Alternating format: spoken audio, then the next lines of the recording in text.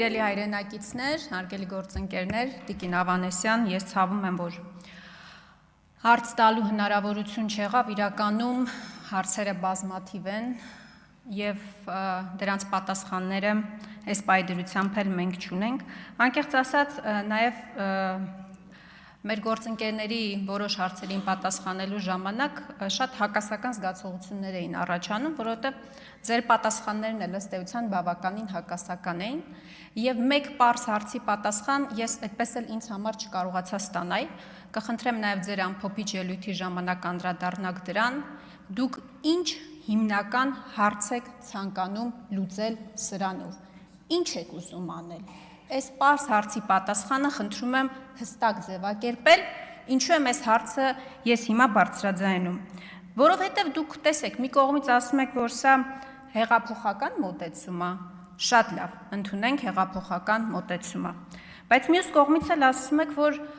այս աշխարհում ձրի ոչինչ չկա եւ առողջապահության համընդհանուր ապահովագրություն չի նշանակում, որ առողջապահությունը այլևս անվճար է լինելու Հայաստանի Հանրապետությունում։ Այդ դեպքում ուզում եմ հասկանալ, թե սրա ինչն է հեղափոխական։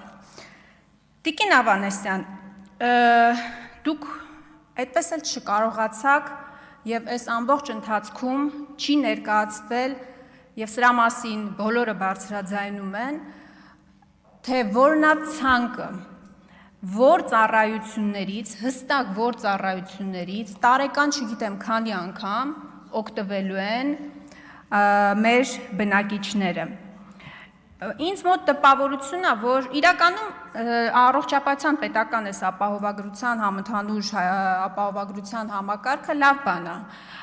բայց ինձ համար անհասկանալի է, թե դուք հիմնական շեշտադրումը ինչի վրա եք արել, որովհետև այսինքն ռազմավարությունը ձեր որն է, ինձ մոտ տպավորությունն է, որ դուք հետևյալ սկզբունքն եք որդեգրել, բոլորին մի քիչ, բայց արդյոք սա հարցի լուծում է։ Դուք խոսեցիք քաղցկեղ հիվանդության մասին, չարագ նորագոյացությունների, ես այս ամբիոնից նախկինում ունեցած իմ ելույթների ժամանակ անդրադարձարել եմ, եւ ասում եք, որ նախկինում եթե մինչև 300,000 դրամ էր տրամադրվում, ապա հիմա քիմիոթերապևտիկ դեղերի փոխհատուցումը լինելու է մինչև 1,200,000 դրամի սահմաններում։ Տիկին Ավանեսյան, սա այն հիվանդությունն է, դուք էլ գիտեք, բոլորը գիտեն, որ քիմիա պրեպարատները շատ թանկ են։ Մապտերայի 100 միլիգրամը օրինակ 150,000 դրամ է։ Քիմիաթերապիայի մեկ կուրսի ժամանակ օրինակ անհրաժեշտ է լինում օրինակ 10-ից 15 տուփ։ Այսինքն 4-5 միլիոն դրամի մասին կարող է խոսքը գնալ կուրսը։ Հիմա ես չեմ պատկերացնում, որ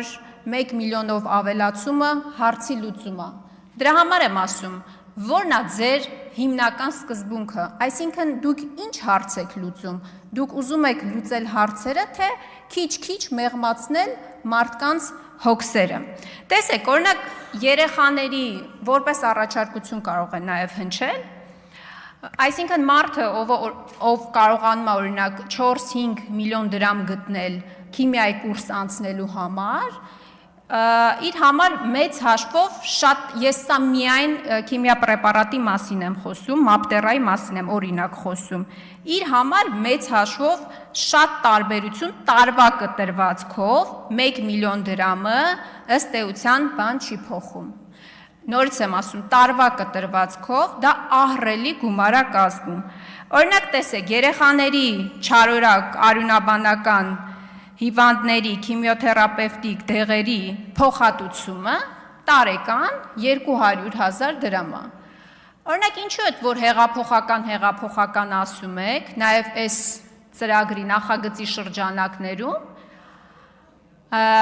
երեխաների չարորակ արյունաբանական հիվանդությունների բուժումը ամբողջությամբ այդ թվում նաև քիմիաթերապևտիկ նյութերը, քիմիա պրեպարատները ամբողջությամբ չի փոխհատուցվում։ Ինչու՞։ Սա կարող է օրինակ լինել հեղափոխական իսկապես մոտեցում, եթե երեխաների մասին է խոսքը, որովհետև բոլորին մի քիչ սկզբունքը մեծ հաշվով աշխատող տարբերակ չի։ Ես կարծում եմ, որ մենք այս մասով նաև հարցերս նաև դրան էր վերաբերվում, բայց ժամանակն էլ սպառվեց ավարտման ելույթի։ Մենք առաջնային բժշկական օղակներում այսօր սարսափելի հերթեր ունենք եւ այդ հերթերը ավելի են ավելանալու։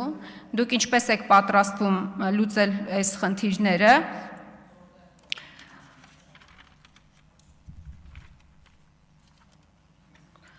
Պոլիկլինիկաները այսօր բավականին նաև իրենց պայմաններով